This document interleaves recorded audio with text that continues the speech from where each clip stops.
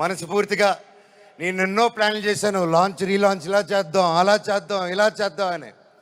మనం ఒకటి అనుకుంటే దేవుడు ఇంకోటి అనుకుంటారండి. శివుడిని శివయ్య అని పిలిస్తే రాడు. మా ఇంట్లో వాళ్ళ బట్టలు ప్రతి ఒక్కటి చిన్నప్పటి నుంచి పెట్టుకుంది ఏది లేకుండా రోడ్డు మీద పెట్టారు ఒక ఊరికి వెళ్ళి వచ్చేసరికి. అండ్ బయటికి ఎక్కడికైనా వెళ్ళేదానికి కార్లు కూడా లేవు, కార్లు తీసుకెళ్ళిపోయారు.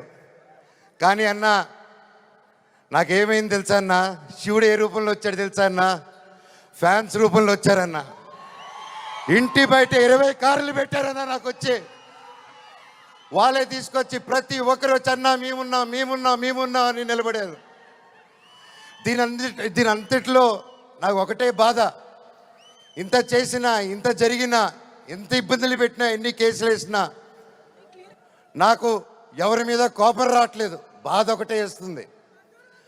అది నా బలహీనతో అది వాళ్ళ బలమో నాకు అర్థం కావట్లేదు.